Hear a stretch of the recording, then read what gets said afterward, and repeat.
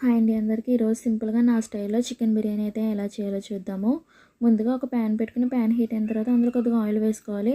Oil కూడా heat అయిన తర్వాత ముందుగా మనం మ్యాగ్నేట్ చేసిన చికెన్ కూడా అందులో వేసుకుని ఒకసారి మంచిగా కలుపుకొని మూత పెట్టి ఒక 5 నిమిషాలు అయితే స్లో ఫ్లేమ్లో చేయాలి.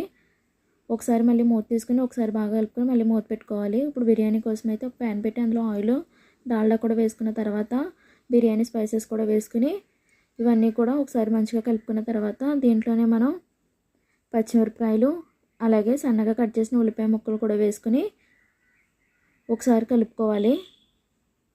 తర్వాత దీంట్లోనే మనం కొద్దిగా కరివేపాకు అలాగే కొత్తిమీర పుదీనా కూడా వేసుకుని ఇవన్నీ కూడా మంచిగా ఫ్రై చేయాలి.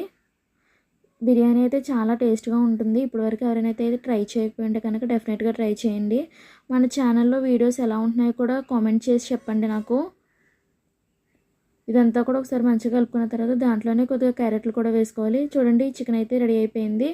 ఇప్పుడు ఈ బిర్యానీలోనే అల్లం వెల్లిపాయ పేస్ట్ కూడా వేసుకుని ఒకసారి మంచిగా కలుపుకున్న తర్వాత దీంట్లో మనం ఇప్పుడు వాటర్ అయితే వేసుకోవాలి. ఒక గ్లాస్ బియ్యానికి 1.5 గ్లాస్ వాటర్ అయితే పడుతుంది. దీంట్లోనే కొద్దిగా సాల్ట్ కూడా అయితే వేసుకోవాలి.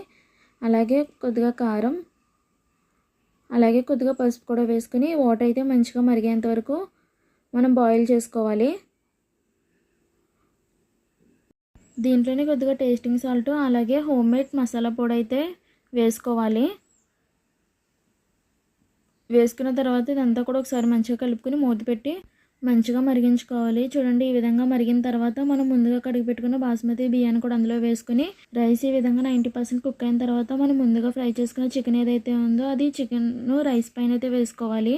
మూత పెట్టుకుని ఒక 5 నిమిషాలు స్లో ఫ్లేమ్లో కుక్ చేస్తే అంతే అండి, సూపర్ టేస్టీగా ఉండే చికెన్ బిర్యానీ అయితే రెడీ అయిపోతుంది. Thanks for watching. ఇంకా మన ఛానల్ ఎవరైతే సబ్స్క్రైబ్ చేయలేదో ప్లీజ్ సబ్స్క్రైబ్. మన ఛానల్కు సబ్స్క్రైబ్ చేయండి ఫ్రెండ్స్.